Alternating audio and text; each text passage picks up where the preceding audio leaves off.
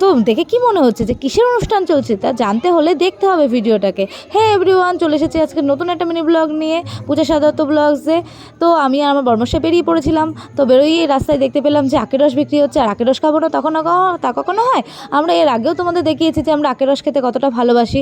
তো আমরা দুজনেই আখের রস নিয়ে নিয়েছিলাম। তো বরেরটা ভালো করে তোলা আছে। তারপর আমরা অনুষ্ঠান বাড়ি চলে এসেছি। অনুষ্ঠান বাড়ি প্রথমেই চলে এসে ওপরে চলে এসেছি। এসেই দেখছি যে অনুষ্ঠান শুরু হয়ে গেছে। এখানে অন্নপ্রাশনের অনুষ্ঠান চলছে। এটা হচ্ছে আমার এক ননদের ছেলে হয়েছে এবং ছেলের অন্নপ্রাশন চলছে। ননদের সাথেও আমরা গিয়ে ভিডিও করেছিলাম, তোমাদের দেখিয়েছিলাম।